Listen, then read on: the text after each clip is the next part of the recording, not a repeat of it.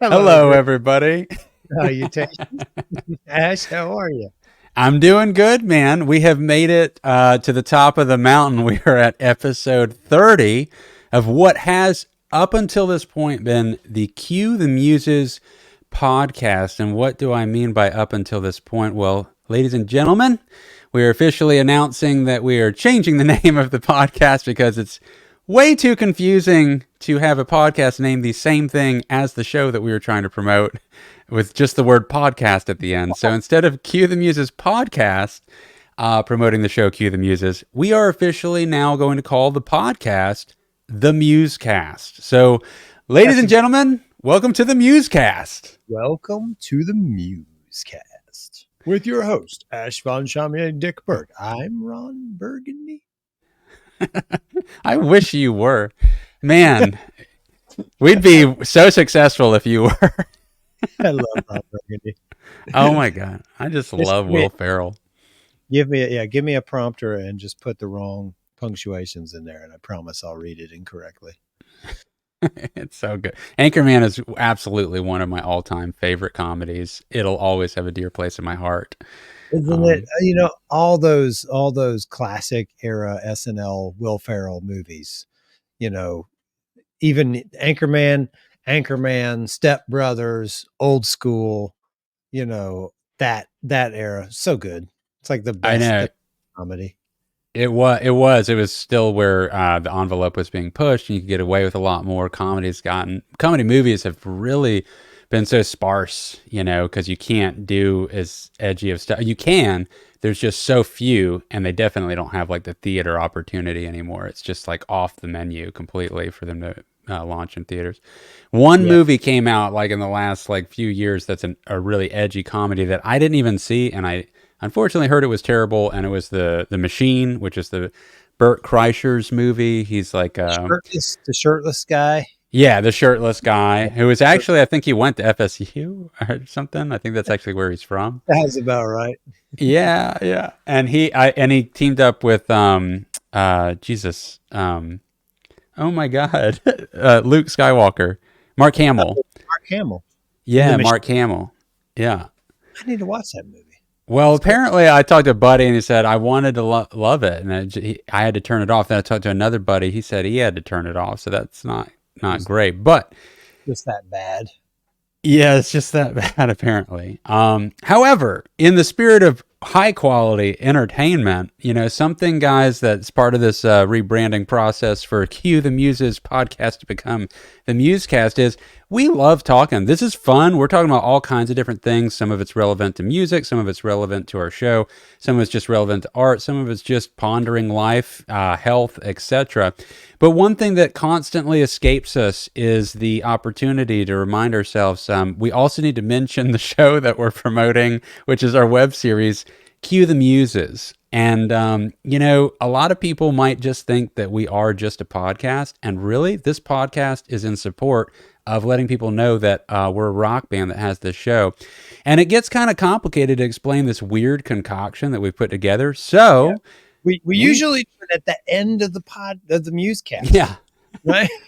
When nobody makes it to that, right? Yeah, we're at the hour. Oh, by the way, guys. So now we do have a little synopsis that we can play, and maybe this will even help you guys be able to explain it better. Just kind of hearing how we explain what the hell this thing is. Hey guys, if you're enjoying the podcast, that's awesome. We really appreciate it. But you should check out our full actual web series if you have not seen it yet, because this is where we put all the effort into a production.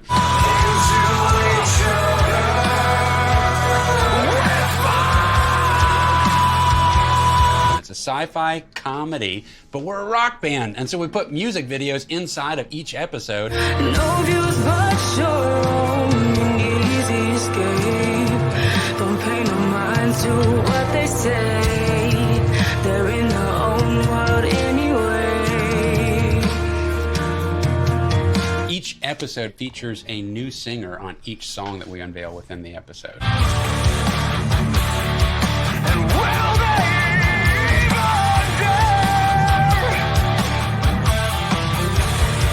all unique singers from the Southeast region, most of them from right here in the Florida Panhandle, and all independent, unsigned, unknown artists until now. No matter how hard I try, turn it down.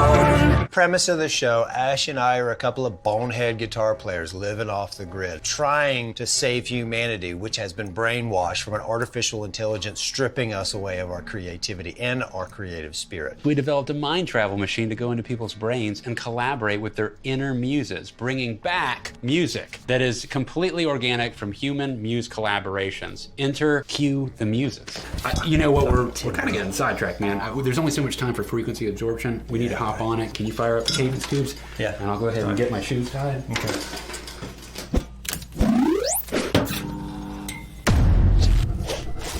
Go ahead and hit that subscribe button and click the little bell. Tell YouTube that we matter, that you like us, and that you want to see more of us, because that's the only way that happens. Stay tuned.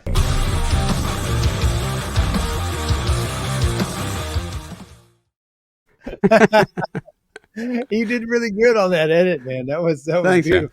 There's no way we were that like to the point in that. I remember we weren't really on. At some point we were on it. There was a few. It's a combination between like 8 takes of just like enough to get across the point and the message. But yeah. And that's that. But that was also the fun thing about, you know, shooting the scenes in the show. You know, because we got the way you set it up. We just kind of got we had the script. We would go over the part, and then a lot of times we were just riffing on being silly, you know, and not breaking character. But by breaking character, we were still just being ourselves, and that was our safety net, right? You know, totally. We're playing ourselves in the show. It's not like we dropped character. We dropped, like, I dropped character in one part, but then it ended up being, it made the scene and it's in the show. And I was really just talking to you, like really broken character, but it was still there. That's sometimes the best stuff, man. Like when you do what would in theory be the discussion about what we're about to do, you know, but the camera is still rolling because nobody's operating the camera. It's on a tripod and we're just filming ourselves, trying to make this whole fucking movie. It's ridiculous. Yeah, we're talking, and I feel so bad for you. You have to sit and watch through all the footage. Just okay. Oh, it's great. Oh, I wish I just had more time to do it. I love it. You know, it's so fun, and I laugh harder during the edit than I do at the final result. You know, just because it's just like so many memories and realizing like how much fun we were having. And just to clarify, guys, I don't want to say that we only filmed it with Trip. We did have a lot of help filming it. Preston Hooks in particular stepped up to the plate and helped a lot during the music video shoots. Most of them. We also had Brandon Truelove step up to the plate and help on our final music video for. Oh wait, I'm not saying anything. And it's not out yet. And he helped on another one. He actually helped on the next music video. Yes. That's coming out on episode. We're calling it episode? Chapter 3. Chapter 3, which is coming out this year at some point. Definitely. And that was the first music video we shot of the lot. It was the first, and it was maybe the most fun. Man, you know, it was. All of them were physically taxing, but that one in particular was probably the most taxing for me because my back was hurt on that 2-day stint, and we got crazy sunburn. Yeah, I remember. I remember at the end of day 1, I was like, if we would have had one lady helping us out on the set, she would have said, y'all need to put some sunscreens on. No. It was ridiculous. We almost canceled the second day. Like we had to convince our singer, like it was a single bottle of makeup that my wife had that literally carried the shoot forward. Once I showed the difference via iPhone messages back and forth and some photos of my face before and after, and we're like, we've got a shot at this. And you know, I think it's all fun because it's an otherworldly thing, right?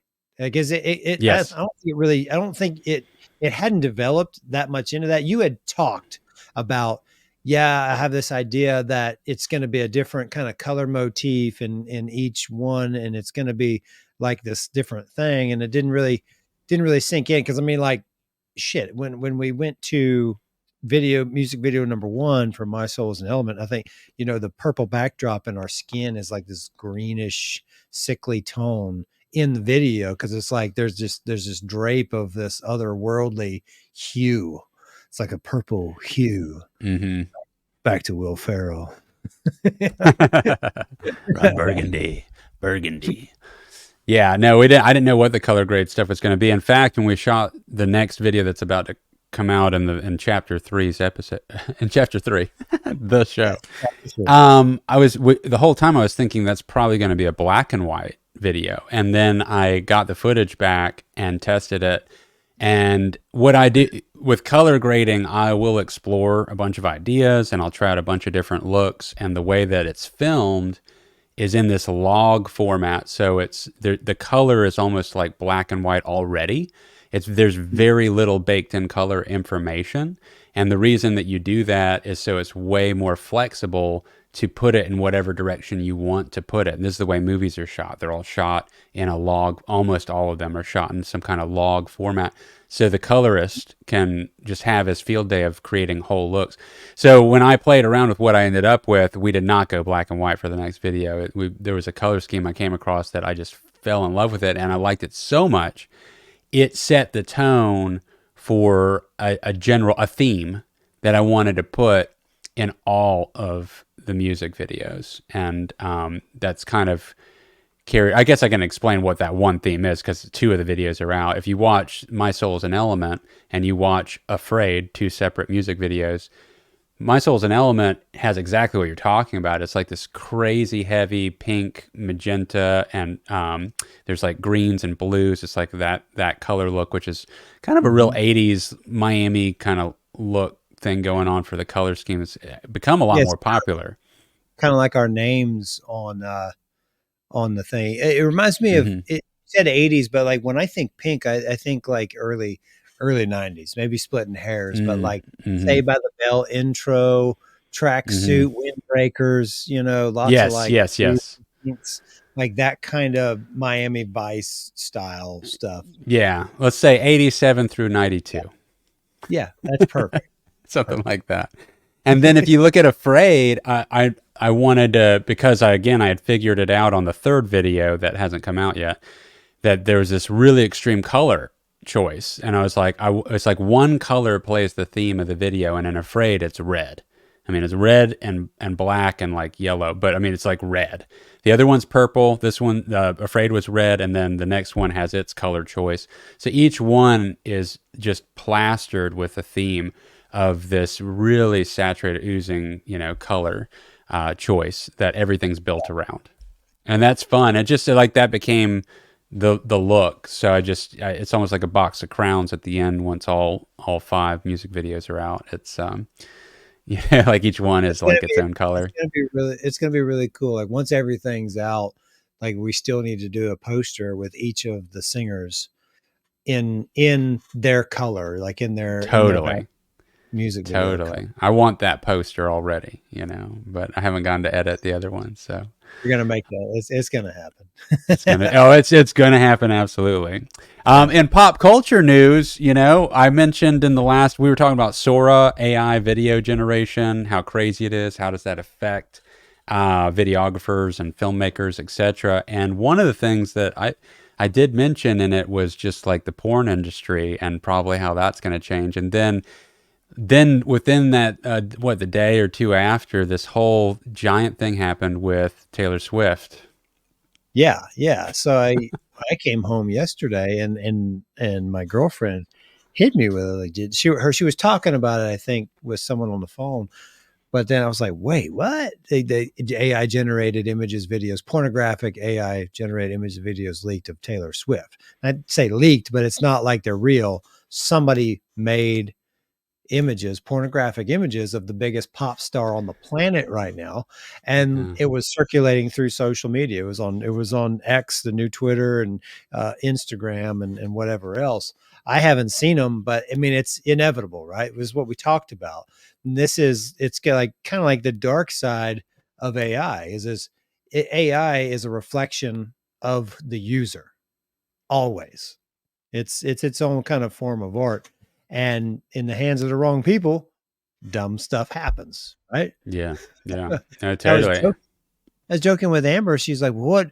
I was like, "Taylor Swift." So I said, "She should use that." I said, "She should use that to her advantage. She shouldn't be upset. She should be flattered, and she should use it to her advantage and start a website and charge lots of money for people to upload, whatever they want." She was like, "What if it was you?" I was like, "I would be making money. I would make, not only would I embrace it, I would make more. I would make my own. I would ask suggestions of different things and like let a weird, group of people do whatever they do and pay, and I'll make money.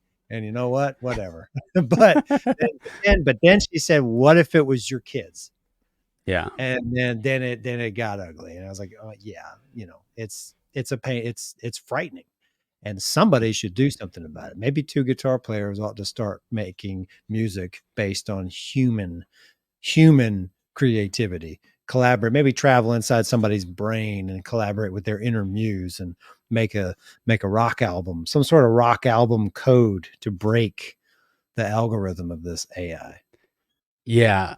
Because I I think that these two independent rock guys that you're describing should save the most popular rock or popular musician on the planet right now. Yes, yeah. Like we're the saviors for Taylor Swift for sure. Taylor, Uh, if you're upset about these images, take a look. Go to cuethemuses.com, check out episodes 1 and 2, and see just how effective this can be on your behalf. We will, that's right. we will fight for you on season 2 of this thing. We will save you from this AI generated nonsense. Season 2, we go into somebody's mind, and in that mind, the muse is Taylor Swift, who we collaborate with. That's right. I wouldn't turn down that I would opportunity. love to. I would love to do it. That'd be awesome. I'd love to see Taylor Swift outside of her box. You know, Yes, I bet she could do it, man. oh, of course she could do it. She's not the biggest pop star on the planet right now for no reason. That's right. She's not an untalented person who's a fraud or an imposter out there. Everybody, it's just fun to hate on the people on top, right? Yeah, yeah, A lot of people want to bash the people that are on top. She's on top of the world, riding the biggest wave that ever was of waves, and it's intimidating to people, and it's just a target, right? Just means yeah. she's the biggest target out there right now. But I respect everything that's happening because that's a success in music that is not a common thing, and it's what we're all trying to do, right? Everybody that Oh, plays. totally. Yeah. Well, I think Taylor Swift is an exception to the the regurgitated, formulaic stuff that's out there because even though her music ultimately kind of falls in the category of pop, it's my understanding a lot of people like are super respect her because she writes all of it. And I'm not gonna act like I'm hip on her whole catalog, but Yeah. she's apparently quite versatile. I've heard a diverse set of songs in the few that I've heard. I think she's great. It's not my kind of music, so that's why I don't know the catalog that well. However, I would bet money that on every album she's put out, I could probably find at least 2 or 3 songs that I think are excellent. And as a songwriter, I think that she's really respected. Is my understanding Mhm. versus a formulaic, put together pop star that's singing all the generic, stuff that I Yeah. Versus some, and I think a lot of things that happen is you get performers, right? Artists, mhm. performers. They have the look, they have the voice, they have the moves, whatever it is, they have that, and then they have a team, and they have a team of excellent professional composers, writers, musicians, engineers, the whole thing backing them, and that performer just they don't write, it's not, and that's it's not saying there's anything wrong with that. It's just something that happens. And a lot of times, like we've talked about this in past episodes, unfortunately, it's the same group of writers, engineers, composers, and whatnot. So it's kind of all the same. Like that's what's popular. So it's the same studios making the same sort of songs and then different people. And like it's all following that trend wave, especially with rock music. Like I get discouraged sometimes with rock music, and Kurt Rogers and Dave Rowe probably hear the most about this to me because I'm open with them. I have a text thread with just the three of us, and I'm very open in my opinions with my close friends, more so than I am with other people, because I don't like, I don't like belittling things that other people really like, because I don't think there's any use in that. And sometimes I do, in a not like, oops, I didn't mean to hurt your feelings kind of way. But I'm not worried about that with my two best friends, right? So we talk some mad shit about stuff, and it's like some of these bands, a rock band will come out with a sound, and then all of a sudden, this through history, all the labels want to find a band that sounds like that. Then you get band A, then you get diet band A, diet plus band A, diet cherry flavored band A, blah blah blah blah blah, and it's all the same crap. Not as crap. Sometimes it's great, but like it all sounds the same, right? Oh, most definitely. I mean, I can't listen to the radio. I haven't been able. Every time I turn it on, my mind. I mean, and not to bash, well, I am going to bash it because the people that work at the radio aren't getting to pick out the music anyway. So I'm not bashing any DJs. It's not like it's their choice to begin with. I would support it Not more like if it it. used to be. It's just not. Yeah. But that being said, there's so much great music that is blows my mind, like we've been talking about, that I've found through. Honestly, I mean, Spotify is the number one place I personally find music. I mean, you can find it on all these streaming platforms. Period. The whole approach and way that you can discover music is phenomenal, and I've discovered so many bands that way, and I just can't believe how good. When people say that there's like not good music anymore, that's because you're listening to the radio. Well, yeah, Give me a they're listening, break. they're listening to what's being funneled to Yeah, them. That's yeah. what the that's what. Well, I don't know anybody that listens to the radio. I do. I know a couple people who work for the radio still, and they're waving that flag, and that's great. But I don't know anyone who's regularly listens to the radio. And like the Me last either. radio started going out, like one of the last times I really was in an environment that listened to the radio, well, it's been 15, 20 years, working in a shop where they got the radio going all day. Yeah, And yeah, like yeah. it's like, one day it's oldies, one day it's classic rock. They don't want to, old timers don't want to listen to that new rock, that screamy Linkin Park stuff.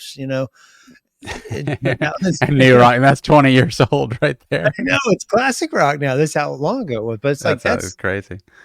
yeah, yeah. And these platforms took over, and what's happening more and more, and it's hard to find. Sometimes it's not, but it's people making their own music, right? It's never been easier to be an independent musician, to get a rig at your home, and to start recording your own music. There's programs that play drums for you. There's now programs that play bass guitar for you. I think his name's Nolly, the bassist from Periphery.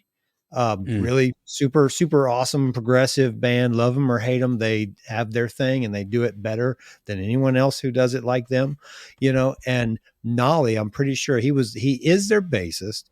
He no longer tours with the band. They he records the band's bass tracks. They tour and they play to a bass track sample because he's too busy being an entrepreneur developing plug-in software for people to purchase that has just like Easy Drummer or Superior Drummer. It's like, I don't know what it's called, but it's like get good drums, get good bass or something. Mm. It's a bass guitar in a plug-in, and it goes bum, bum, bum, bum, bum, bum, bum, bum, and it's Wow. him. It's him track, like, yes, he's got a sound, he's got his thing. Yeah. It's like, that's so cool, but I'm already mad that I have to use artificial drums. I don't want to Yeah. do the bass too. Like, Mm, mhm, mhm. I use artificial drums a lot when I write, but there's nothing like using artificial drums to write versus having a real drummer record in a room and actually have a real person there who has who has their own identity behind the kit, their own identity on tape. And you can hear that it's not just beats ones and twos and ones and twos. I've thought about this so much recently, especially tracking with John for the Dave's Last Night album up in Atlanta at West End Sound. That whole experience, I love that you're on mute right now.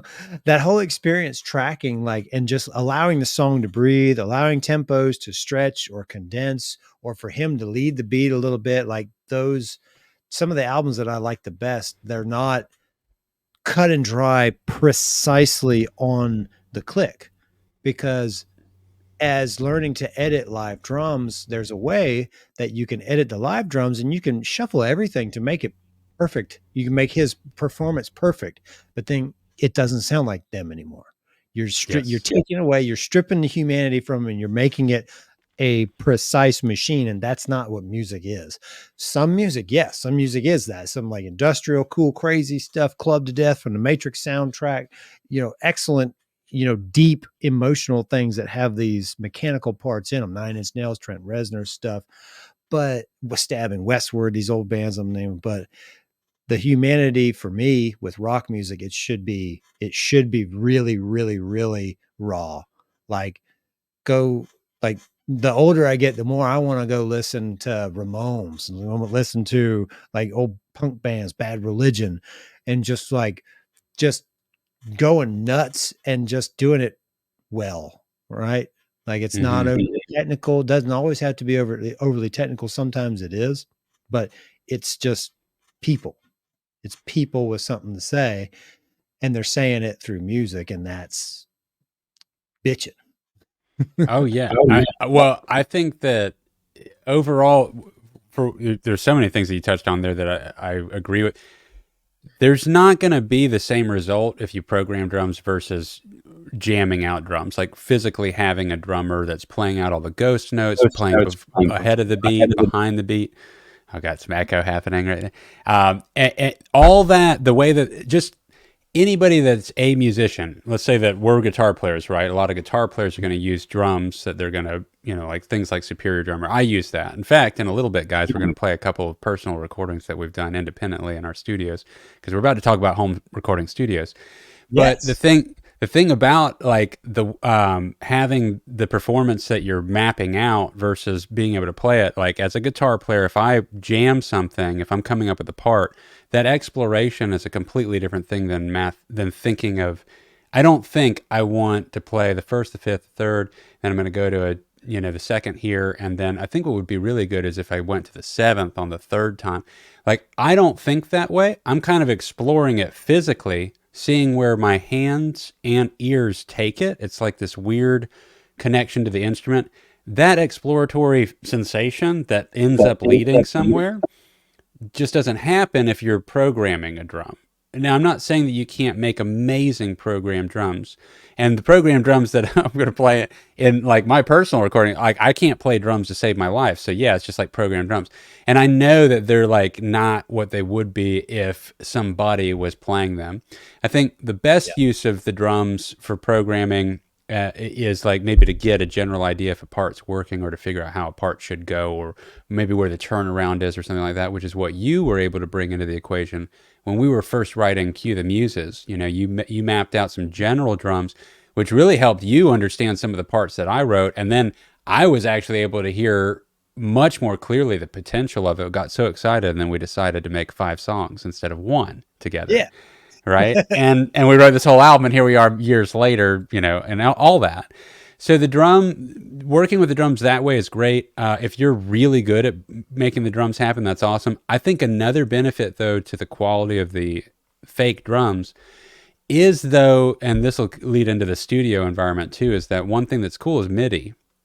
So, I mean, if you don't have a good drum room and you record somebody playing drums on even an electronic drum kit and they have all the MIDI hits to it, or you put triggers on a real kit and then you're using all the samples from the best recorded, the highest quality drum kits in the best rooms in the world. You're Yeah. replacing all those hits with that. That's amazing. And I don't in any way, I don't have any, there's nothing about that that feels like fake to me for recording, to approach doing it that way, surpassing the access that you have to the studio that you're working within to have a better sounding kit. It's all still what you played, and then you still get the flavor of the real player in there. Yeah, yeah, and it's like kind of like you use parallel compression with some drums, and then you can use sampling, parallel sampling, right? So you can record a live drum track, then you can run like a superior drummer in parallel and pick out, okay, the third snare hit was just weak. You can also sample the performance, right? I do that a lot. If I'm editing drums, like, man, that third snare was weak, but the fifth snare was just a crack. And you take that fifth snare and you place it where the third snare was. You copy it over, so it's the same one, and then you've got that better performance, right? But then if say, okay, you went through all this time, it's like, man, the snare, like, it just isn't. And I keep the snares like the drum. That's like the centerpiece for the mix, right? It's like the snare is, it's make it or break it. And a lot of times, if you just don't have that sound, rather than go back, got to re-record everything. All right, well, now we're going to run a parallel sample. We're going to take a great sounding snare. Maybe it's just a thick bottom end, or maybe it's a snare with a little extra crack on a sample. And you don't put it above, the performance snare. You blanket it right underneath, and you tuck the level up in there just so it supports the performance. And it's there, but it's not like there in your face there. And it's, Hmm.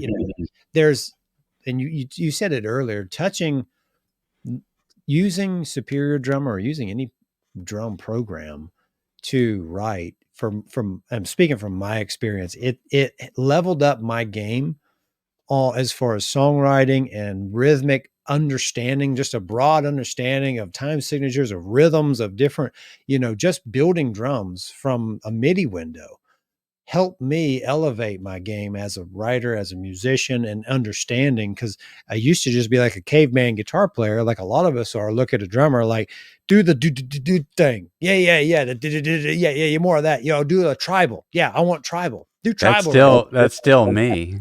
It really is. I mean, even though I put some drums in on what I've got, like a lot of what I did was I found grooves, and then I just started stripping away stuff or adding something to a pre-existing groove. So I'd change the groove.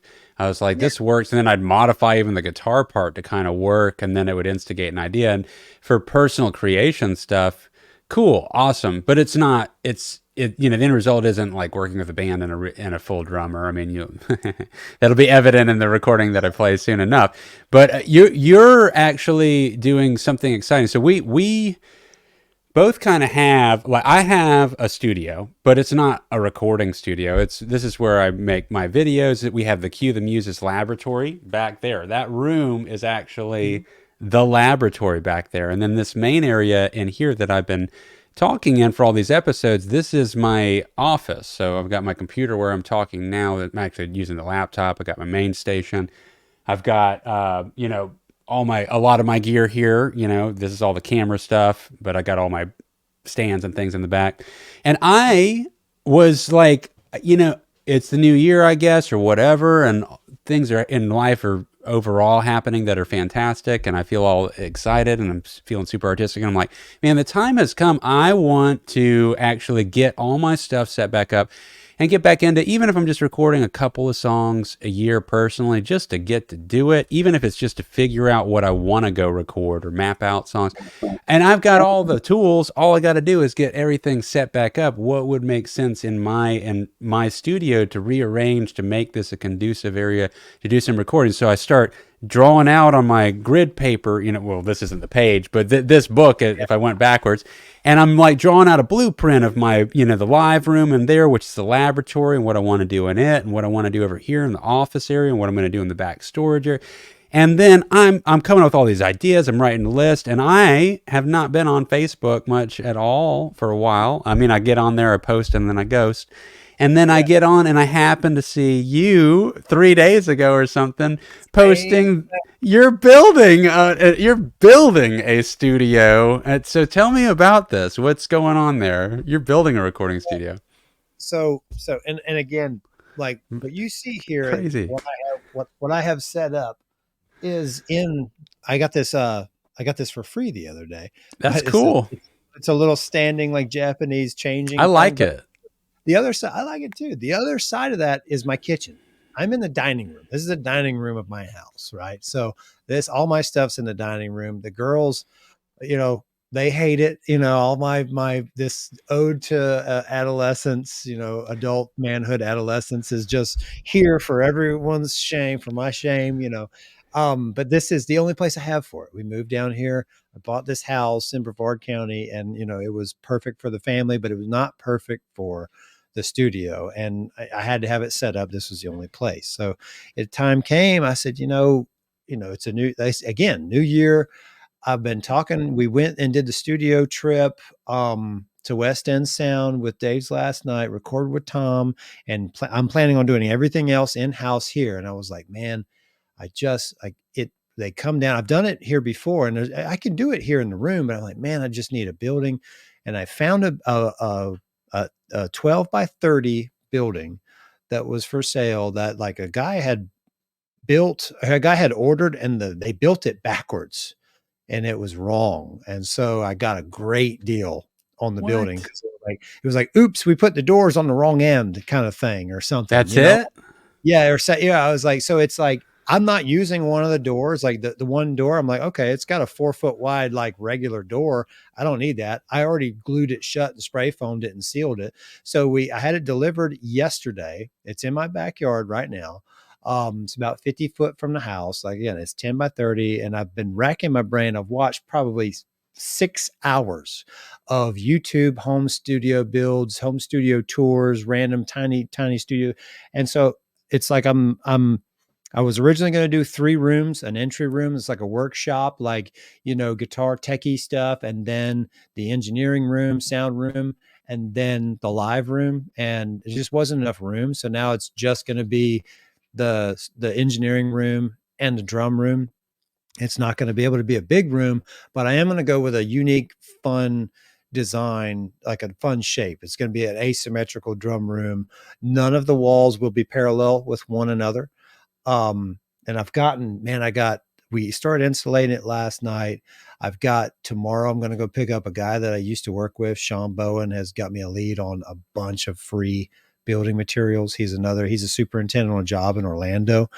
And like, he called me up. He was like, hey, I saw your post. What do you need? He's like, I was like, man, I need everything. He's like, man, I got a bunch of 2x8s, like ready to go. He said, name your price. I said, if I name my price, it's going to be free. He was like, I'm not going to charge you. Come get him. I'm like, okay, Whoa.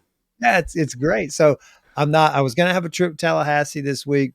It's not going to happen, but I'm going to work it now that it's there. This is the craftsman in me. Now that the project's there, it's like now the work never stops. I'm not working on it tonight. I had jujitsu tonight and the podcast for tonight, but the rest of this weekend, I'm not going to Tallahassee. It's going to be sun up to sundown, and then a couple hours probably into the midnight until it's too late to be banging out there, and I'm really excited. I've got a plan to make a really cool diffuser that I don't want to give it away because it's not built yet, but I have a super cool idea for a custom homemade diffuser. I've talked with my guys, Dave's last night guys, about coming down and tracking down here. I've also talked to Michael Nix and the guys with This Dying Breed. Their next album, they're doing it. They're like subbing things out a couple different places, kind of like what we did with Dave's last night. They're doing their drums and bass with somebody in Atlanta, and he reached out to me about doing guitars, and I was like, dude, it'd be awesome if I get the studio. I'll get the studio built, come in, and we'll have the whole environment. So like, there's something to creating that creative space, right? Yes. Yeah. Like that's what I'm really going for. Like I want when you walk in there, it's like walking into a different dimension. Like this is where these things happen. Yes. And Yeah. and a big part of that I learned from you, and this lighting And I'm thinking I want to do like every light that's in there, I want on an app on my phone. And I want to be Mhm. able to control like the Philips system or whatever it is. Like I want to be able to walk in and say, you know what, today is going to be purple. And then every light in the studio is purple. And then each room can be adjusted. I got some free storefront glass. I'm going to have a view from the engineer room to the drum room. There's be a glass window where I can look and see and talk. Legit stuff's what I'm going for. Awesome, wonderful. Well, on Just the lighting, just to mention, I actually have lately. I bought the one setup with the Philips, but since that, I've been going with this other company called Govee, Goovee, and that's what movie. we go Goovee or Govee. I don't know how it's pronounced. That's what we Okay. had at the Cue the Muses booth. You know, at first we couldn't get it set up, and then we realized after we set it up that we can control it Yeah. with our hands. You know, like you don't have to use the app, and because there wasn't internet there, so it was a Yeah. problem. But it's not. You can do all these. You can functionally do with your hands too. But they have a lot of different types of lights, and the majority, like the lights behind me here, these are Govies. The ones up there in the corner there, those are Govies. The the tall light back there, that strip, that's like a Uh-huh. floor lamp that I put up on a speaker. That's a Govee. And they're a little cheaper than Philips, and the app seems to be more responsive. I actually kind of prefer it. It's a little more complicated, but it always connects versus the Philips are kind of weird sometimes. It needs like a whole separate bridge system that you hook. That makes it more complicated to me. I'd rather just figure out the app and have access whenever I turn it on. So Yeah. I'd check those out. But that's great, man. That's fantastic, and you're 100% right. Like having a space dedicated to be for a certain thing is a major deal. It's almost like paying respect to the muse in a way. Like, you know, you show up for a purpose, you give it the respect that it is, and then creativity arrives. You create the vessel, it finds a place to come, you know? And I think that Yeah. that's so exciting that you're going to have a dedicated building to that. And it will definitely be used, and it's also going to make your home life better too, because as that space clears up there, it lightens the load on everybody in there, and you get to like every direction. It's a healthy thing, and it's just so cool that we're at these points in our life, you know, that we have this kind of thing happen. I mean, this is amazing, you know, regardless of, you know, if it comes down to actually, you know, I'm still, for let's put it this way, if I have something super, I want to go all the way, you know, we're probably going back to Hesla for like Cue the Muses next album, right? Like Oh, I, absolutely. Yeah, yeah. you know, but from a writing standpoint, I want to write more often than that, and I do want to record more often than that. But when it comes to the biggest deal, we'll go to the guys that know how to do it, you know, to the nth degree. But it sure is fun. It's addicting, and it's just so cool to endorse that environment. And you know, I've got a few here. You know, basically, I'm gonna move a few things around. I have a storage room back here that I'm gonna kind of go through, clear out, and replace it with some of the stuff that's occupying territory in the live room. And then I'm going to probably go ahead and invest in like an electronic drum kit, have that back there, have a headphone station so we can jamming can actually happen, but in a real quiet Yeah. way. We'll probably do it through headphones. I've got the fractal unit that works for headphones. I don't even necessarily, I mean, we can play amps, but I'm just saying this is where at 2 in the morning you want to jam out. You got an electronic drum kit and plug Yeah. in, you know, guitar. You guys can rock out and not And bother anybody. you can plug it right into the DAW and you can Yeah. jam and record it at the same time. Continuous Yeah. recording. You could do a 45 minutes jam session and have everything there where you can go back and say, yeah, this part. How many times have you jammed in a band and then been, man, that thing we were doing 2 minutes ago was so good. Do it again. Oh, I don't know what it was. Oh, crap. Yeah. Yeah. Absolutely. No, it'd be so cool. And in fact, I'm going to kind of get the MacBook set up. It's because it's mobile. I can just put it in any place that I want. You know, one thing I'm also going to do is I'm going to clear out this building that we moved into. So my building is on my property, and this building was one of the reasons that me and my wife got this property, because I was like, I could actually have a full building dedicated to Rough Cut Productions. Yeah. That's a really big deal to me. So we went for it. We got it. But the building itself is actually was set up as a recording studio. Now, it wasn't like a professional one, but they have the engineer booth and the vocal booth. And I'm not worried about the engineering booth, but the vocal booth, I'm going to get that back. I'm going to go ahead and open that up. I'm going to have a stand in there so I can set up this MacBook in there. I'm going to pad it up, get all the insulation in there. I'm going to have the mic dedicated in there, and that's going to be a vocal recording room, which I think is really cool. And to be able to just do takes right there with the computer right in front of you, just set it up on a little podium because it's such a Yeah. small unit. How cool is that? That's going to be amazing. Vocals has always been a hard one. I've never been happy with the rooms I've done, like the bedroom style and the echo. It's like I've never been able to get that. So Yeah. that to me is one of the most exciting advancements, that I'm going to explore. Well, we've got some that's exciting, man. We've got Yeah. some songs that we've tracked each Yeah. that we've prepared to share, right?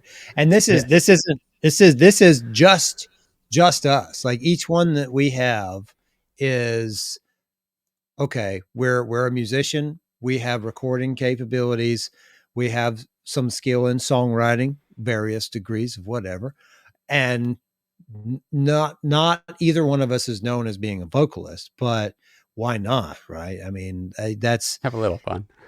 yeah, have some fun with it. I love trying to sing. I love Me too. vocal stuff. I've done some studies on it.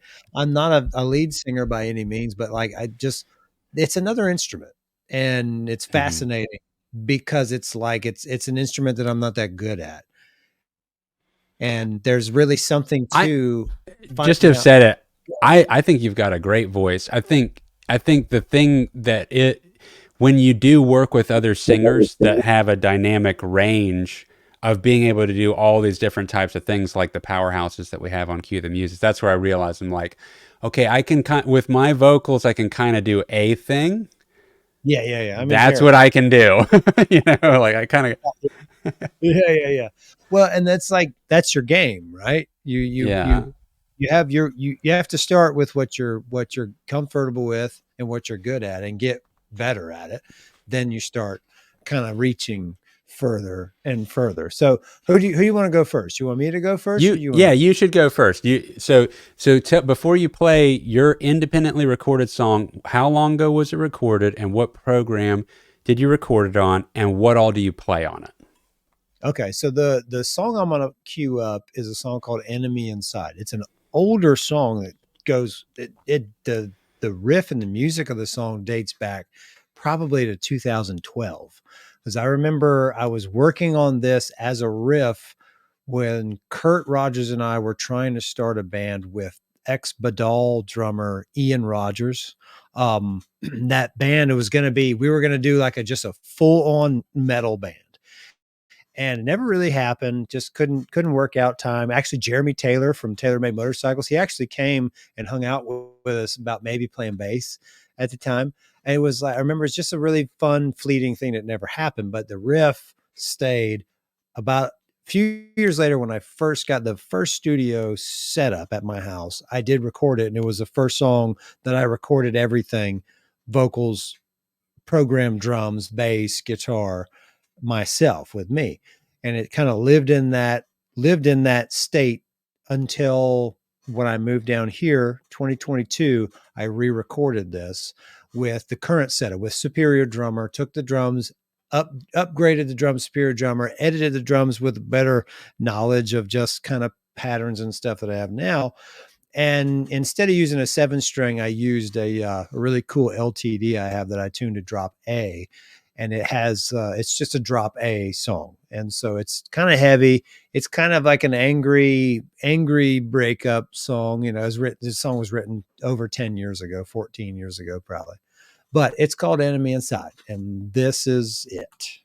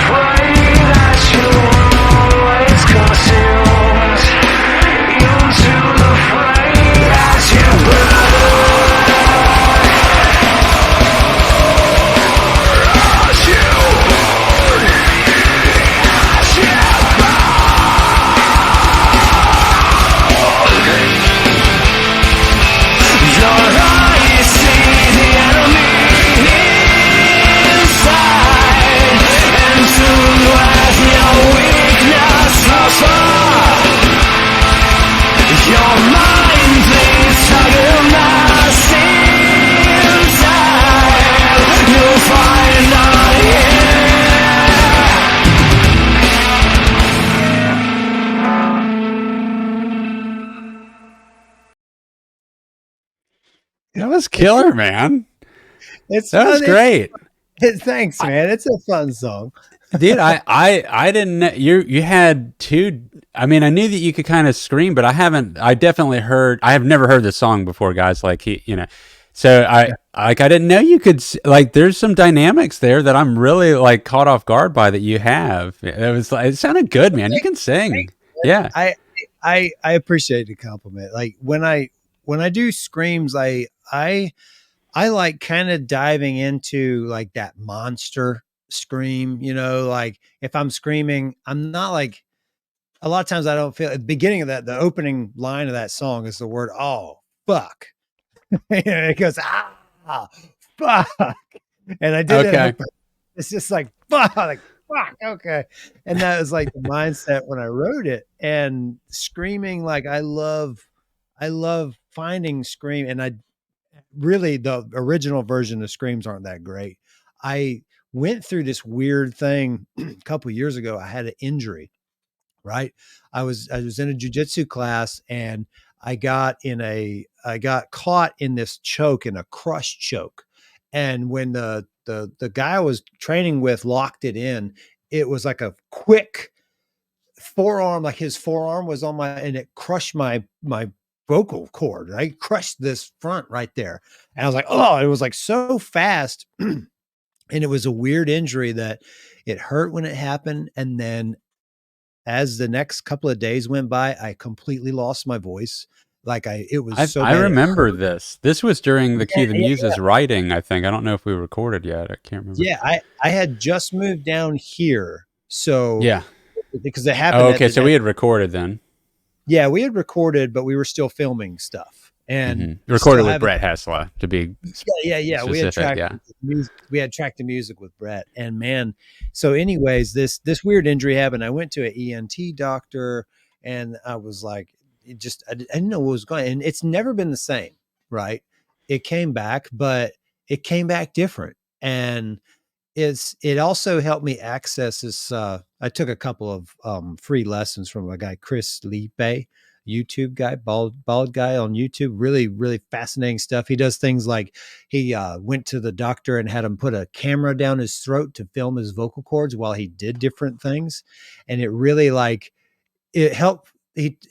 His videos helped me understand how to find my false chords where I can access a grit and a compression, and more importantly, learn how to access that nasty scream without just ripping my throat apart. Now it's easy when I just do it like normal. But if I'm playing guitar and I'm doing a backup, sometimes because I'm in a moment and there's multiple things happening and I don't do that as much as I should as far as practicing like that, I default to a bad habit, and it hurts my voice sometimes. But it's become, after that injury, for whatever reason, it was just so much easier to find it, Hmm. and it's also helped me in clean singing too, to have that compression. It just sounds, it's something I like. I like when I hear vocals. I like, especially with male vocals, I like that compression. Think like, Kurt Cobain's voice, right? He's got Mm-hmm. that raspy, it's broken. The Cold song that wrote the band Cold wrote a song about Kurt Cobain, and the line was broken voice on an open chord. That sound is what I like vocally. But anyway, that it was a fun song to track and write. Everything was done here. SM7B, Pro Tools, Superior Drummer. I did a combination of live amps and an amp sim on the guitars. And there's a vocal line in that song that stands out from the rest of the song. To me, it's my favorite part of the song because it's the most recent vocal part, and it's a quiet vocal in the bridge section that I actually wrote because I had wrote new guitars to it. The leady parts, the harmonies, the lead harmonies were something I wrote when I re-recorded it 10 years after I wrote the original song. And those lead guitar harmonies stuck in my head, and I wrote a vocal part in the bridge, the part about the into the fray as you burn section, that the melody I'm singing is the guitar melody of the harmony. And Okay. that's like harmony, guitar vocal harmony 101, right? Like Slash and Axl Rose. How many times did Slash do a lick and then Axl singing the same thing, that's just like, Hmm. I didn't mean to do that. I didn't even realize I sang the same melody till after I recorded it and listened to it a couple of times. I'm like, oh, I'm doing that. Cool. Okay. That's where it came from. Wow. That's like, how did that That happen? But that's definitely something about that's so important about getting to record too. It's just when you hear things back and you're not physically playing it, it really is different. You yeah, really get a different perception of what you're doing, and a lot of times it can help me figure out a part. Like I might be stuck when I'm writing something and I don't know where it's supposed to go. And then, but if I listen to, and that's what's been so invaluable about even having phones nowadays. When we first started writing, you didn't have a microphone available to record a snippet and hear it back like we do now. And it's a great tool to just record a riff and kind of hear like the options that you were exploring. And then you realize, oh, like from there, maybe I hum out what feels like it would come next. It just separates me from the writing. So yeah, that's cool, man. Well, that sounded great. And that's all fake. I mean, program drums. it's all Superior Drummer, and it's all That's awesome. but I use that. I use the Superior Drummer has a cool feature where you can randomize the drums. So what I used to do is physically slide some of the drums over a little bit. And I still do that on tom hits. I make sure that the right hand is just behind the left hand on the hit. So it's blah, blah, not ba with two drums, but blah Hmm. really it puts a layer on the drums, right? And drummers do that. It's a drummer thing. It's not a me thing. It's a Yeah, drummer yeah, just trying to make fake drums sound like a real drummer. But Superior Drummer has a randomized slide, and usually I'll put everything on the beat minus the tom separation that I talked about, and then that randomized slide usually it's on 0 means everything's right on the money. I'll slide it over to like 3, and randomizing to 3 just takes everything that's on the grid and just and moves it just a little bit, and it just ran and mm. it instantly makes it almost sound like a real person. Just Yeah. takes it Just from that that those robotic. little subtleties really make it feel more humanistic. Yeah, I so get it. much. No, that's cool. That's You, cool, man. you can trick people so much easier. But that again, that's the whole point in building the studio. Where I got it, because Timbo doesn't live far from me. Timbo lives Yeah, 35 minutes from here. yeah, I'm like, man, if I had a rig over there, because he comes over every now and then, we write songs with Spirit Drummer. If I had a setup out there for live drums, it'd be it's on, right? oh, I hear you. No, that's awesome, man. That's super exciting. I want to Well, hear. I want to hear what you have. You have a sure. song. Yeah, so I recorded like in the past few years I've recorded 4 songs. This is one of the 4. All of them are a bit well, the, this one probably has the weakest drums of the 4, but I think overall I don't know. I like how the song came out overall. It's a pretty neat song. I recorded everything for this one with the Persona Studio 1. That's the DAW that I'm using. Mhm. And it was cool. I'm 99% sure I did it here. I did do it when I moved here. Yeah, I did do it here. This was the first song that I recorded with Persona Studio 1, moving away from Reaper. And before Reaper, way back in the day when we were doing Kill Clouseau, I used Cubase to record our whole album before we went to Lee Dias, just so we could have scratch tracks ready to go, have all the tempos figured out and mapped, because we actually had speed ramps and stuff in some of our Kill Clouseau music, and we had to figure Yeah. that out before we got there. So I've used Cubase, then I went to Reaper, and then now it's Persona Studio One. And every time what happens is I go deep into it, and then I don't use it for like 2 years, and so I revisit it and I'll forget everything that I learned, and that's where I'm at with Persona Studio One now. But out of the 3 that I've tried, it is definitely my favorite. There's some of the user experience stuff that they have, the way that you can label sections and then just drag whole sections as clumps to reorder and repeat or figure out how things go. It was just like so much more intuitive, and it allows you to try out things way faster. I really liked it a lot. But Yeah. anyway, so this song's called and this is me playing everything. It's guitars, bass, drum, programming drums, and then there's some stuff that sounds synthy, but that is a guitar. That's just a tone of the guitar. I believe there might have been some miking, but the predominant guitar stuff was figured out with Amplitude 3, which is the software plugin that you also have. Maybe it's up to 4 now. I can't remember. I think at this time it was Amplitude 3. I think I have 4, but it's Yeah. great. It's great. Yeah, it's cool. Absolutely awesome So it's like guitar. recording dry and then choosing your tones afterwards, and that, especially as somebody that's like doesn't know what the tone needs to be to match up with where it's going. And I wrote this as I went. This was not all 4 songs that I made. None of them were songs that I wrote and then recorded. These are like writing them as I'm recording them and coming up with the ideas to do it and then laying down that part. So this is what I came out with. This one's called Desert Oceans.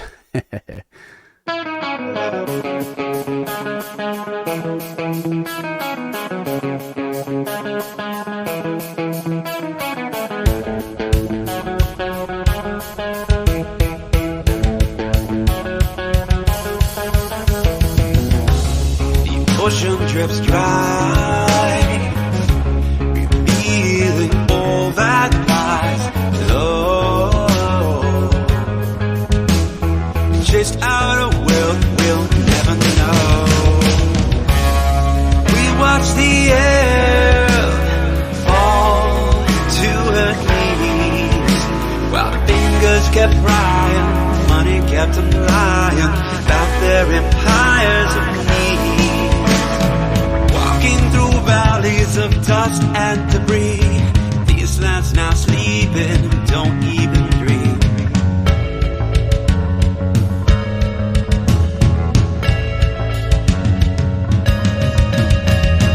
With all borders gone, we can build our roads that never end.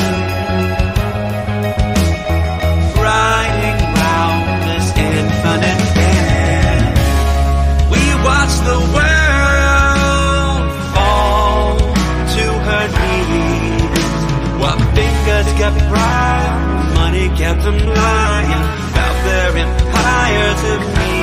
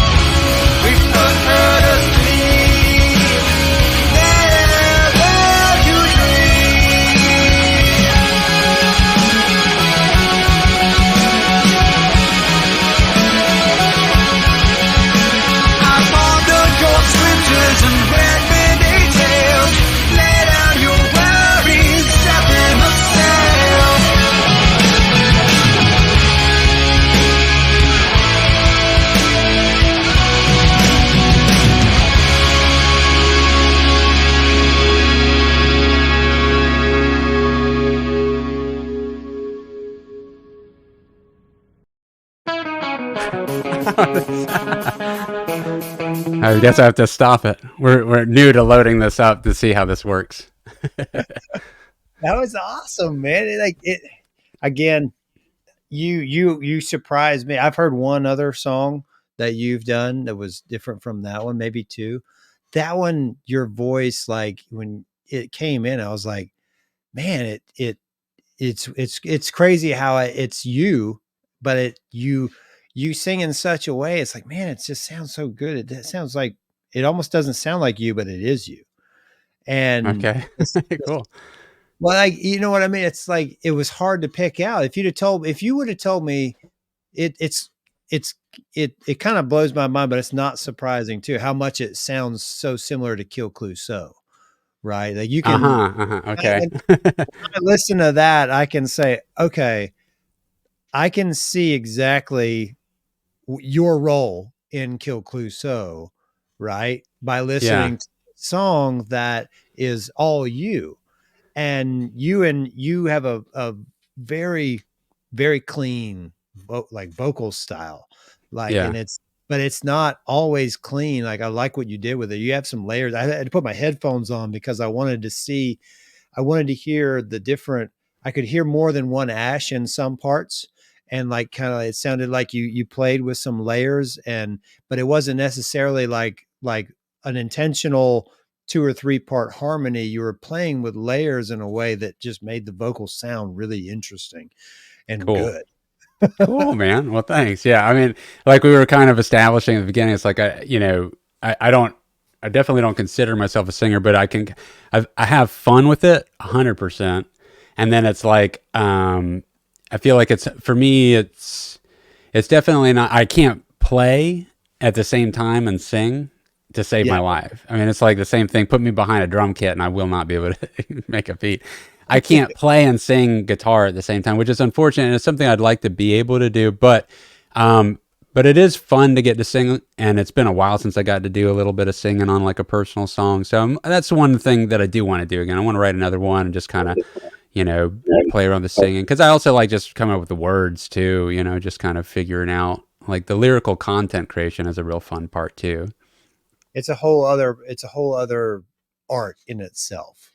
Yeah, Right. And totally. it's in like, I'm almost 40. I turned 40 in like a week. My birthday is getting pretty close. You're 40, you're 41. I don't know how old you are, Yeah, but 41. we're allowed, we've been doing what we're doing with this whole thing. We're allowed, now that we've been doing it as long as we have, I feel that we're allowed to consider things in a certain way. Like I do consider myself a couple of things. I consider myself a songwriter because I write songs. Am I good or bad? Well, that's art is in the value of art is in the beholder of the art or whatever. Like I don't know if it's good to me, it's great, right? That's Mm. fun. I love it. And I had this interaction with a friend of mine the other day that it was kind of a weird thing about supporting artists, weird people who like, don't forget about me when you make it. And the other guy, like, don't forget to support me before I make it, kind of thing. And I was just like, I just want to make music. And if people love it, great. And if they hate it, even better. Like, because there's something to that too, right? Like, Yeah, if you, yeah. not that I'm intentionally going to write things to do, but it's like, I, we've been doing it long enough. It's fun to be an artist and to step outside of what your zone is. As a guitar Mhm. player, that's my zone.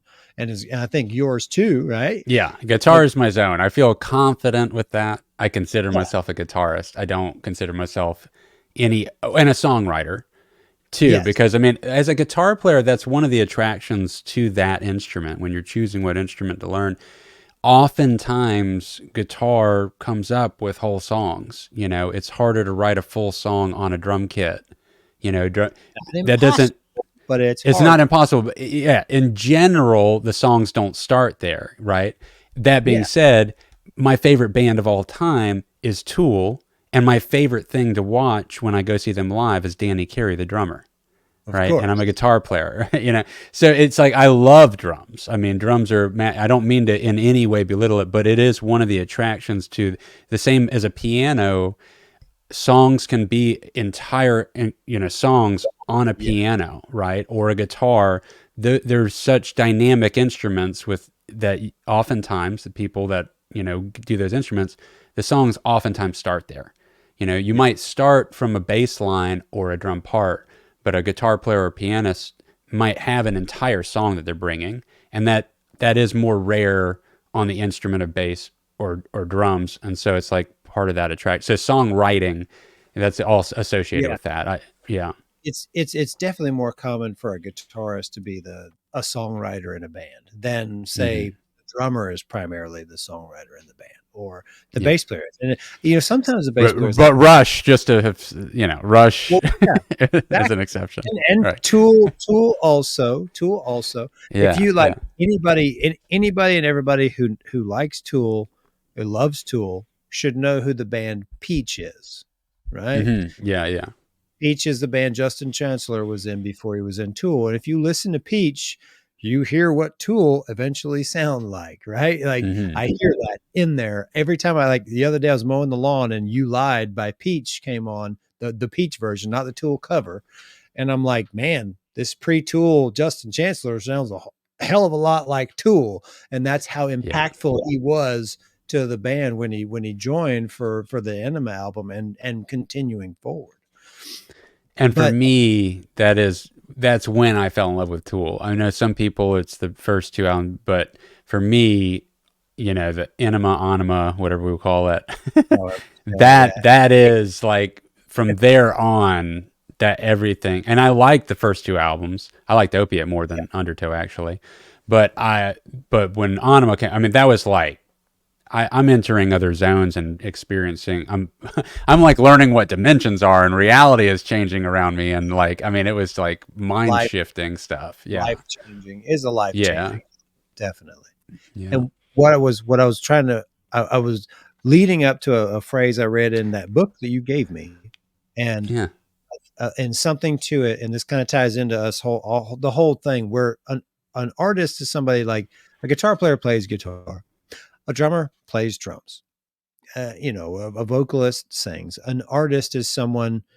Give an artist who's a guitar player a set of bongos or a ukulele or a xylophone, and see what kind of music they make with it. See what they come up with. They're not particularly skilled or trained in it, but they're a musician. They're a songwriter. They're an artist. And that's kind of like where my headspace is at a lot of times, especially with studio environment. Like I have a harp, every now and then I just write something on the harp, and it's going to make it on an album. It hasn't made it yet. Fighting Giants laughed it off and said there wasn't even going to be any fucking harp on this album. One of these days it's going to happen. But it's like that's the whole thing. I'm not a singer, but I feel that I'm enough of an artist that I can write a song and do vocals. And same with you. Obviously, it sounded amazing. So it's like, thanks. And that comes from seat time too. It's not. We hadn't just started. I didn't pick up guitar yesterday and all of a sudden become the mediocre guitar player that I am today. It took 20 years to be this mediocre. Yeah, we've been playing I've been playing since I was 17. Yep. Yeah. So that's 14 for me. So about the same. It's 25. Yeah. Yeah. I mean, I kind of took it. There was a gap there of 4-year period where I really just went so heavy into video. I've talked about it too many times, but other than that, I mean, it was still in the background. I still picked it up occasionally, but it was a drop off point for sure. And then rekindling it took about a year to get back, those chops. And then from there, it's just, and now, I mean, especially after this last 8 months of revisiting guitar like a banshee, like the way I used to when I was first learning.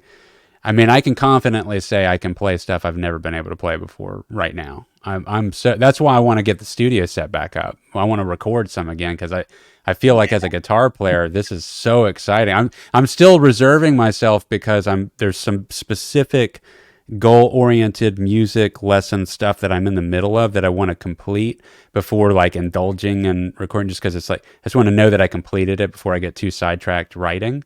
But I'm heading in that direction, and I want to be ready and familiar with all my gear again to just hop right in the saddle and write some stuff again. But it's God, I love guitar more than ever again. It's so great. I'm addicted to it. It's hard to put it down. I'm sad on the days I don't touch it. It's rare, that I'm not touching it every day. It's great. It's great to hear that. Just to hear that resurgence of excitement about something you've been doing for 25 years. Right? Isn't that crazy? What an amazing, magical thing music is. It's unreal. Yeah. It's the best. So I heard a phrase the other day that I really like, and I've been thinking about it. It was actually in been been doing this whole martial arts journey, this whole jujitsu journey thing. And I've been watching a lot of YouTube videos on a lot of things, and I've been a lot of like jujitsu videos, and there's a lot of like philosophical jujitsu stuff. But this one random guy, I think his name is, it's like Chu Jitsu guy, YouTube channel guy. He's like just a tough, tough as nails, black belt jujitsu instructor. But he said jujitsu is the dessert of his day. It's the dessert Okay. of his Yeah. Like he work whatever he does all day, but when he comes in, like the jujitsu is like that's the dessert of my day. And that phrase, I'm like, what is the dessert of my day? And like a lot of days here recently, like today, jujitsu has been the dessert of my day, and this podcast on one day a week is like the dessert of my day.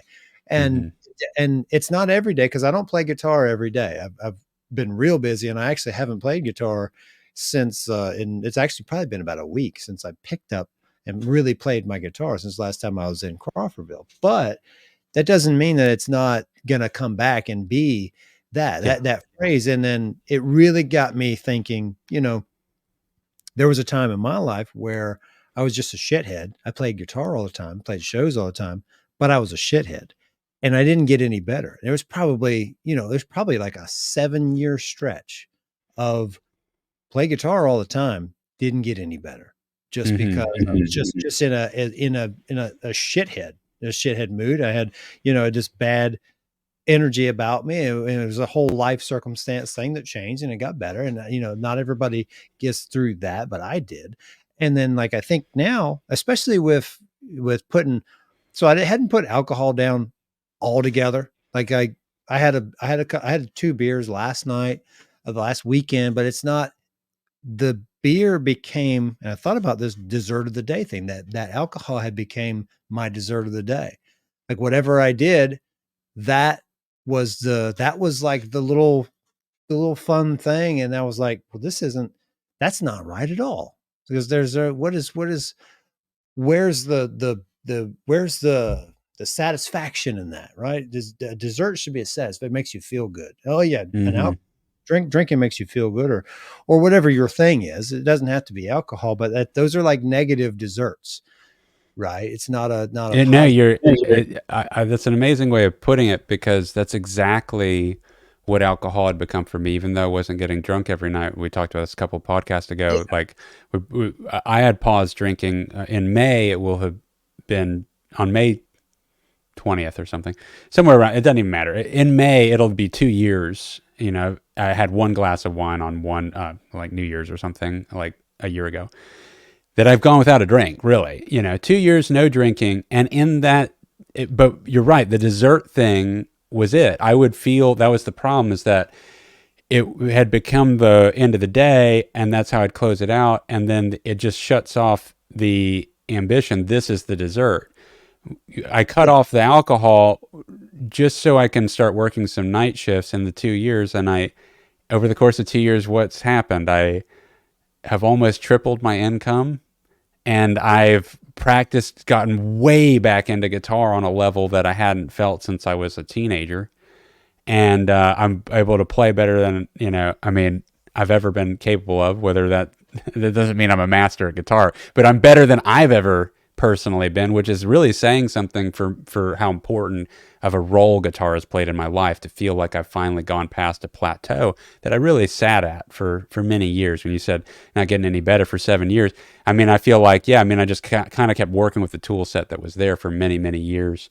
So on top of all that, let's tie it all back together to this last closing thing, which is just that my family life and overall gusto for life is just better. Not that I was in a bad space, but it doesn't mean, that's the thing, is that it's very easy to get comfortable enough where you feel like you have everything, content. You're content, and that's good enough. And that's an amazing thing to accomplish in this life, is to get to a point where you feel content.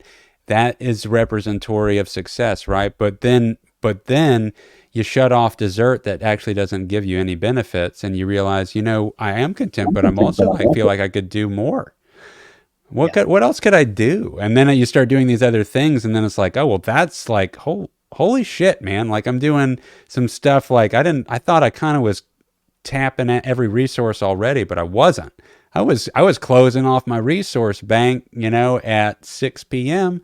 and have my first drink while I'm making dinner. And at that point, I'm going to go to bed in a few hours, And so it's just like totally different approach. Now, it doesn't always have to be alcohol, but the point is, with all that is, it is easy to build in some kind of thing that's like a dessert that actually doesn't serve you for progress. And here's the thing: if you're not making progress, in the great words of Tony Robbins, then you're dying. Because like life is about having progress. That's what makes us feel good, is some level of progress in whatever direction with whatever dynamic about your life, whether it's family, whether it's your work, whether it's your art, whether it's, you name it. If that's not happening, nothing stays stagnant.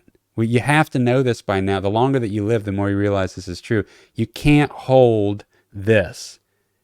Life doesn't work that way. You can't be completely at this even keel. It starts to go, you have to be progressing or you are declining. There's no like perfect plane of the top of the hill that just stays. Yeah. And another phrase that I really like is failure is part of success. It right? Absolutely is. Yes. Failure is part of success. It's not always great. Like drinking every night, because I did it for a long time. It's like you said, it makes you complacent and it makes you very comfortable. And a lot of people go to work and don't like their jobs. I've been in that position in my life, and it sucks. And I'm not, thankfully and very luckily, I'm not in that position now. But I do have a very big separation between what I do professionally and what I do creatively. And it's like the third space, right? You have family, you have work, and then you have your third space.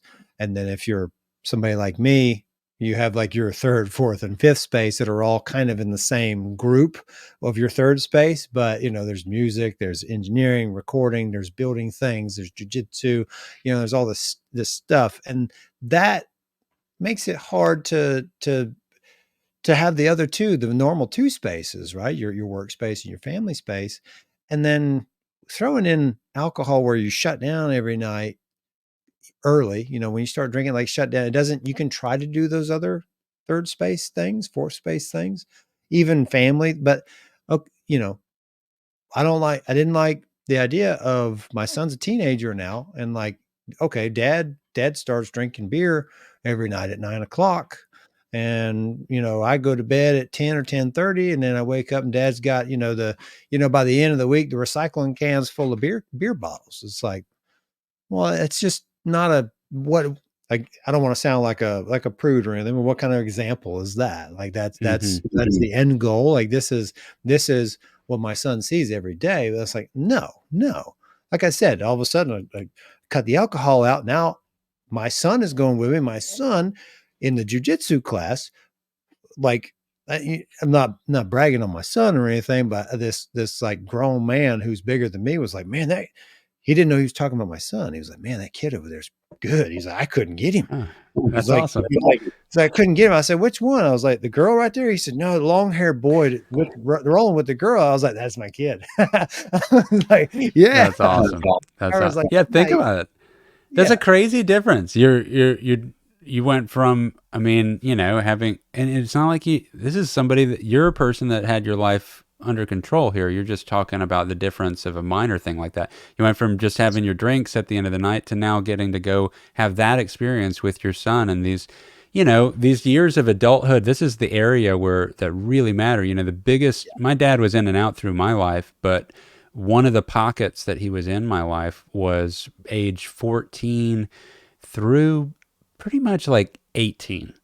And that 4-year period was like a absolute foundational game, like builder that's where I started coming to my manhood. I started to figure out and explore things, and having him be a part of that was vital. I absolutely know he was a pillar, a cornerstone in my development, being around during that time. And so you having and I had more time with him than I'd ever had because I was working with him. He owned the gym and I was working at the gym, and you've got all that kind of stuff happening with your son right now. And that's beautiful. And it needs to be endorsed because it's not going to be there forever.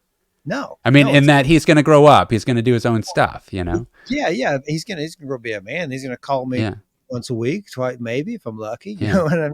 But it's like I am a firm believer that those years for a boy, for young men, 14 to 18 or 14 to 20, but those 14, 15, 16, 17, those years are what shape you into what kind of person you're going to be, what your passions are, the things that you do, what you do in your spare time, what you do what you want to do with your life. Like those years are where that develops and it never goes away.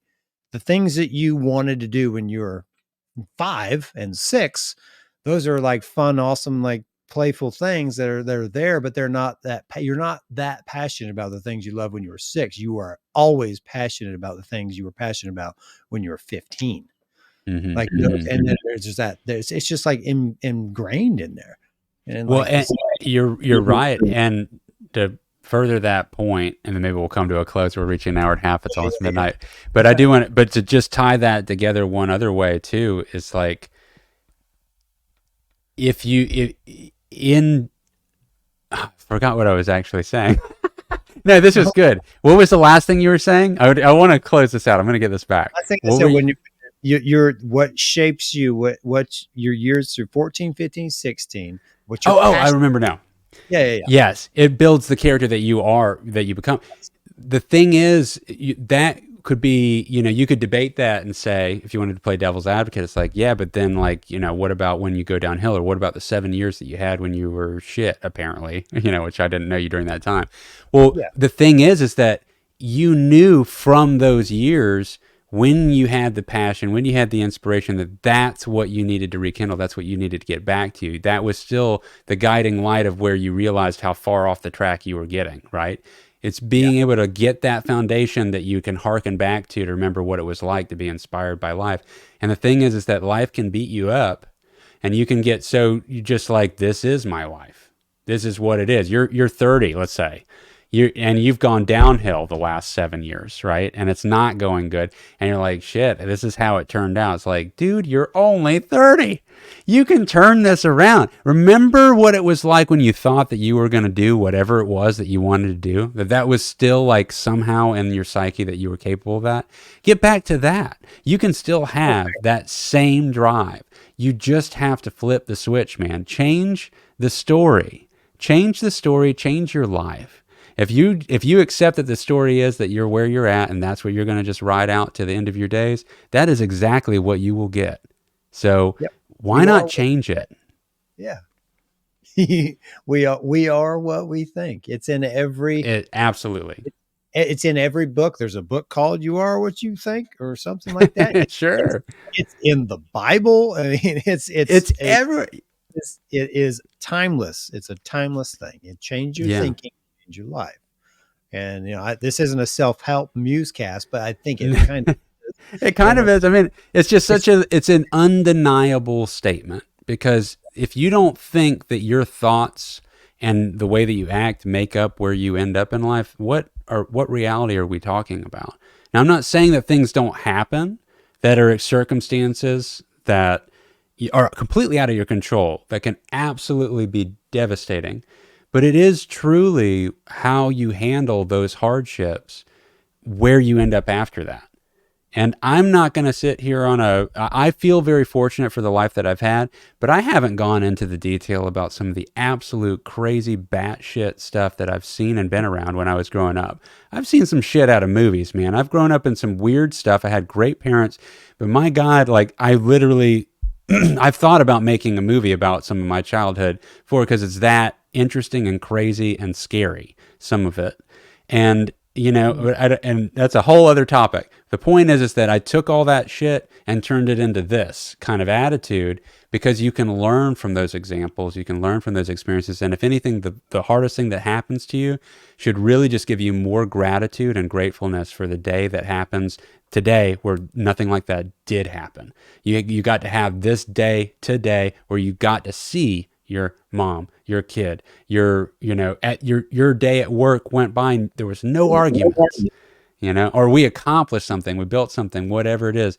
Like, have gratefulness for that. And the more you can sit in the mode of being grateful for every little thing, the more that expands into your gratefulness for bigger things. And before you know it, bigger and bigger amazing things start happening in your life. It is an inevitable result of just trying to stay as grateful as possible. And it's very, very, very hard. I would say impossible to be in a mode of gratefulness and simultaneously be pissed off.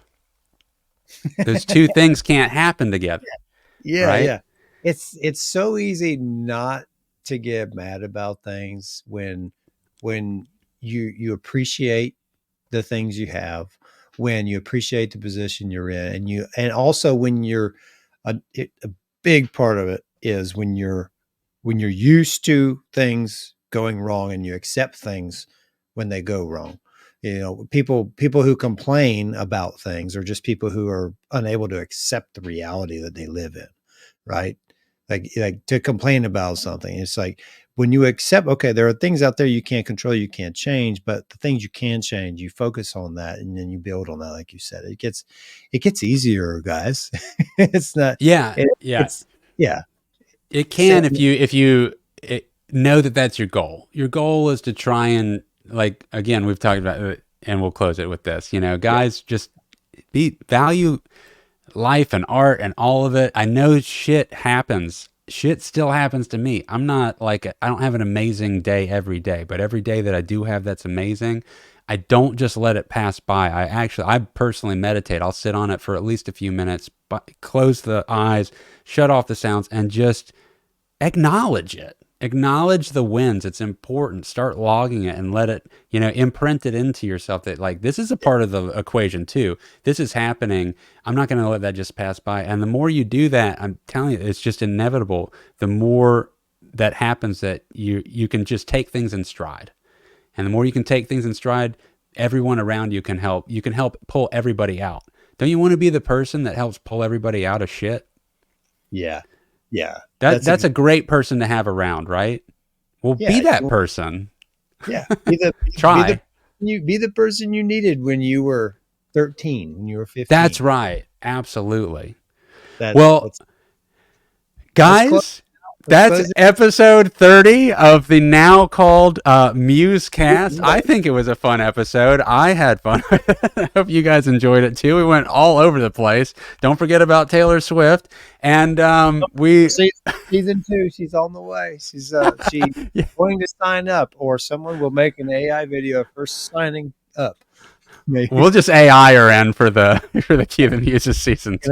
AI her in. She won't be upset. They've done much worse things. Yeah, she'll make it through. Guys, we really appreciate you checking it out. Please spread the word about our existence and all that jazz, and we'll catch you on the next Cue the Muses. MuseCast. It's the MuseCast. MuseCast. Like, subscribe, and ring that bell. Later, guys.